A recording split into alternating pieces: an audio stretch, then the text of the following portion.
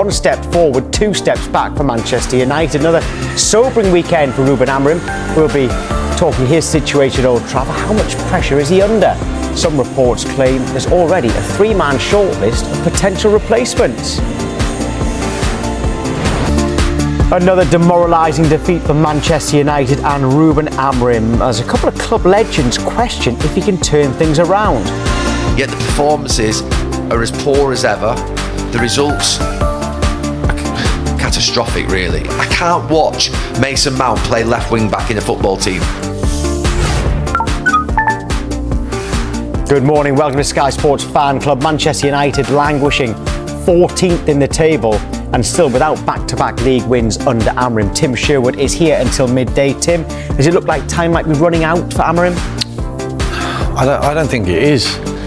I think he should have the time. I think a lot of managers would have been sacked by now. I just think the reason is I think he's such a good talker. He has that charisma. I want him to turn it around. I want him to make Man United great again. But they're miles away from being able to achieve that. And I really worry for Man United and their fans. It is a big talking point today. Yes, we start with another sobering day for Ruben Amorim and Manchester United. Losing to Brentford at the weekend, Amorim still hasn't won consecutive Premier League games, and Wayne Rooney has launched fierce criticism at his former club, claiming they are unrecognisable and something needs to change, potentially the manager. It's just 2 wins from 6 games for Manchester United this season. That defeat to Brentford lost any momentum that they'd picked up after beating Chelsea. Amorim once again under scrutiny for his tactics and selection. They're 14th with just 4 points.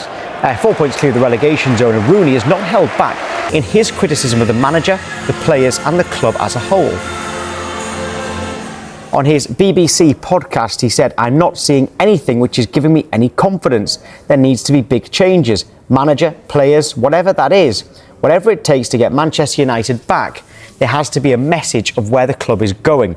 At the minute, we all sit there waiting for it to crumble. The culture of that football club has gone. I see it on a daily basis. I see staff losing jobs, people walking out of jobs. I've got 2 kids at that football club, and I really hope this doesn't affect what they're doing. What I'm seeing at that football club is not Manchester United." Right, so Wayne Rooney there, Tim Sherwood being very honest. What's it like how hard is it for a manager when a club legend speaks out against you? Now, I know this is not just aimed at Ruben Amorim, but he does mention the manager as part of this wider problem. Yeah, I mean, it obviously doesn't help, but Wayne's doing the job now, and he's got to give his opinion. You know, it's a different career path what he's got now, and his opinion is what everyone sees. You know, he's not digging them out for any reason other than they are poor. I'm sure he wants them to be great again. I have no reason for them to want Man United to be great, but I still want the big teams to be the biggest and the best, and they're miles away from that. But Wayne's got an agenda how he wants them to be. He wants them to be better. You see there, this is not Man United. This is Man United, Wayne. This is for a very long time now. You know, we say this is not Man United what you played in or what I remember and I played against. They're miles away from that. He's correct with that, but this is Man United for a lot of years now. Something has to change. He's absolutely right. Cannot continue like this. But where are they going? Where are they going with it? What is success? What does it look like? Because you can't all of a sudden jump from a team where they finished 17th last season, wasn't it? 5th, wherever it was. Looks like they're emulating that season this year again, to all of a sudden be challenging for the title. Well, that's not going to happen, but we need to see gradual improvement. I just feel, when you ask me, is he under pressure? I would say no, I feel like he should be, but I don't think he is. I think they will give him this season, I really do. And that means he's already been in the job a year. We're seeing no improvement. We keep talking about the 3 at the back. We talked about different personnel coming in, playing staff.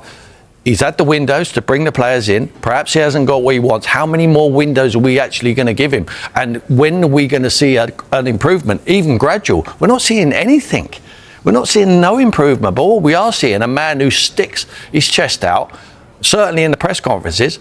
When I see him on the touchline, he's got his head down. He's hiding in the dugout at Grimsby.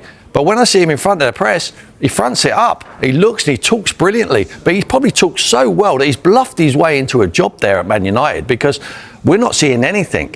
He's done very well in Portugal. A lot of managers do very well in Portugal. It's an inferior league to the Premier League. where you can build sides on the job. When you've got 3 or 4 games in Portugal, we're really competitive. The other times, you can just play. You can experiment with different formations. Can't do that in the Premier League. You do that in the Premier League, you come unstuck. And that is what he's been doing since he's been at the football club. 34 points in 33 games or something like that. It's not good enough. It's relegation form. Yeah, he's got, just since he's been in, just over a point a game. Yeah. He's got. But Wayne Rooney isn't the only ex-Manchester United captain critical of Amorim this weekend. This was Gary Neville on his podcast. I felt yesterday for the first time, just through instinct, watching it on the television, seeing players' faces, seeing players' body language, that there might be an element of players really doubting the system and what's going on. Ruben Amorim's had a pre-season. He's had a week now in between each of his games nearly, or most of the weeks, because Manchester United aren't in Europe. Yet the performances are as poor as ever. The results are catastrophic, really, in Manchester United terms. I am very, very concerned, I really am, because the manager's obviously a good coach. He's had a great record in Portugal, but it's not clicking at all. I know you said that you think that Manchester United might give Ruben Amorim the whole season. That's to be commended if you are going to give a manager that much time. But it's at home on Saturday against Sunderland, and then an international break. If they don't get a win there, can you see the pressure, certainly from the fans, being even more so to the point where maybe the Manchester United board might break? I don't think the fans are on him. I think it's 50-50. I really don't believe the fans are on him, and I think that they, just like all of us, quite like him in front of the camera, the charisma where he talks with. I mean, quite famously, Sir Alex Ferguson, he said to me, and I know it was in his book as well, he said 2 games a week, a football match and a press conference. And if you can win the press conference, sometimes it's more important than winning the football match. He certainly wins the press conferences, but he can't win a game, which is the most important thing for the fans. But I'm amazed he's not coming under more criticism from that group of players. The fan base there. They're absolutely magnificent for him.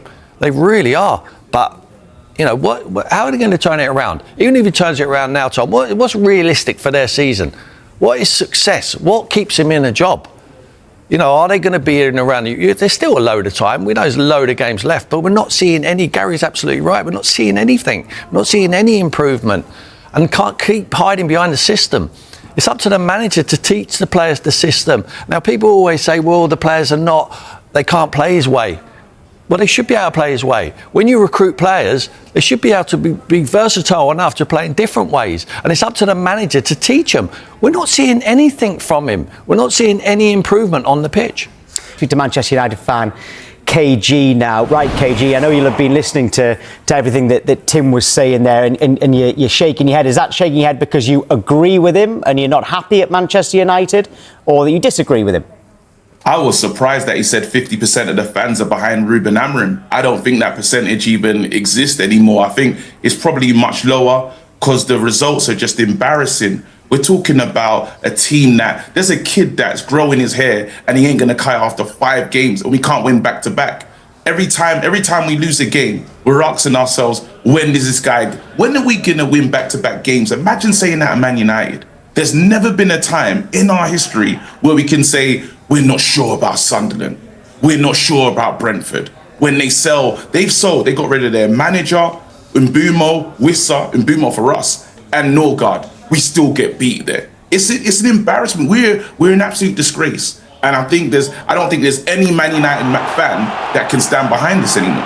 Well, I remember you came on at the start of the season and you were actually quite happy. I know you'd lost to Arsenal, but you were happy with how you played, and it seemed like you were seeing signs of improvement. Have those signs gone? Listen, I'm a recovering XG merchant. I looked to the XG and I thought to myself, something good's happening. And the stats have lied to me. I don't know what I was talking about. I want to apologize to the Man United fans that I was like, yeah, we look brave in the loss. Nothing happened in that loss because the next game we embarrassed ourselves. So I apologize to anyone that saw that performance on this show. Are you in a relegation battle? Oh, I don't. Now you're getting too far. We're not in a relegation battle, but it's not far away. I'm looking at the stats right now. We've conceded 53 goals. We haven't won. Like, you're talking about the away. This manager has only won 3 times away from home. That is in 17 attempts, 3 times. That's a disgrace. Grimsby should have been a wake-up call. How much does he need? And the worst thing is, you keep talking about, we play 5 at the back, we should be defensively strong. We're worse.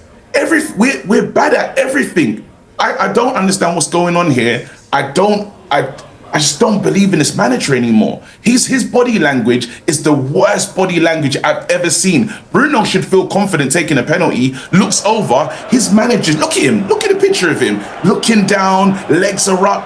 It's a disgrace. I'm sorry to say it. Well, I mean, there has been talk of shortlist, various publications of saying a 3-man shortlist. Having said that, I've seen at least 7 names linked. Glasner, Iraola, Southgate, Hertzler, Potter, by the way, Xavi and Zidane are names that I've read in various publications just this morning. Do any of them appeal to you? Because it does sound like you want to change. I'm not gonna lie, you might as well add Tim to the shortlist as well, because that's mental. Did you say Potter as well? I've read that as well. Sacked. No disrespect, Tim, but come on, mate. We're talking about Man United here. We're talking about the biggest club, and fans love it. I haven't had a phone call from rival fans saying, hey, your team's rubbish for a long time. We need a name that's gonna go in there and shake things up. Iraola sounds good, but can he manage under the lights of Man United? A lot of managers, Ruben was doing well. He was loving life in Portugal, beat Man City, and we thought was on the good road, was going forward. It hasn't gone that way. You need the manager that I like, I don't think it's possible, a Diego Simeone. Someone that's gonna go in there and ruffle up the players. The players need to understand your standards are poor, but at the same time, he's still gonna compete, and we're gonna get the best out of the players that we have. I just don't we can't bring in a name that's gonna be a shrinking violet, because Man United is the biggest story. When we lose, the world pays attention. We need the right man to lead this team. Is he making a good point there, Tim, about the type of manager? I understand what he's saying, someone that the fans can relate to. Someone with spirit, someone with desire, get fired up. So when they're losing the game, when they go in the dressing room at half-time, then fans want them to emulate them. And someone like Simeone would do that, but a problem with someone like Simeone or De Zerbi, I like his personality as well, is that it's difficult for the board and the directors and the owners to manage them type of people. And I'm not sure Man United want to do that. No, I'm saying it's not the correct decision to be able to do that. I would love them to get Simeone there. It's not going to happen. It's not going to happen. No one takes Simeone. Simeone does not leave where he is. I mean, I just think he will stay there forever. And yeah, I don't want to see a Zidane or a trophy manager like that. I don't want to see that. I thought they had the right man. I really did. I thought, like he says, KG, he says that, Ruben was flying in Portugal. Anyone can fly in Portugal, unfortunately. It's not the Premier League. So you need someone who's here. Oliver Glasner, for me, would be the perfect fit. I think he's rehearsed. He knows what is expected. And he performs, and he's getting results. He's doing a magnificent job. What happens if you don't beat Sunderland on Saturday and then it's an international break? Oh, I don't know, man. I think I'm just going to have to get therapy. I don't know, man. I'm just going to have to I need to find a new hobby. This is what I need to do. I'm a Man United fan that lives in London, and I haven't been called a glory hunter in years. I miss it. I miss actually being called a glory hunter. I miss the good days. International break, I want Ineos to do something, but we know they're not, because these guys are penny pitchers. We're actually hearing the stories that they're waiting for it to be him to have the job for a year, then they can sack him for a lesser fee in terms of the money they're going to have to pay him off. If that's true, that's a dereliction of duty, and they're letting themselves down. I need Sir Jim to act as soon as possible if we lose that game against Sunderland. I think your point is that you're not used to that and you want to get back to where you were. Yeah, I told my daughter that Man United is a good team. She has to wear the red shirt now, and it feels like a rumour. It feels like a myth. I'm like, babe, I'm telling you, we used to be good. I'm like, just hold on tight. We're in our Liverpool years. We're in our Aquilani, Jay Spearing years. We're in the darkness. One day we'll rise, though. We'll be back. I remember you being good, but it's soon I won't be able to remember you being good. KG, thanks. I tell you what, KG, you mentioned your daughter there. My son's been to 10 Sunderland games with me. He's never ever seen us win. But guess where we're going on Saturday? We're going to Old Trafford. No, your son. I'm sorry. Something has to change. You're a great dad. You're a great dad, but your son can't see a day win that day. Great to speak to you, KG. Thanks a lot. Have a nice one, lads.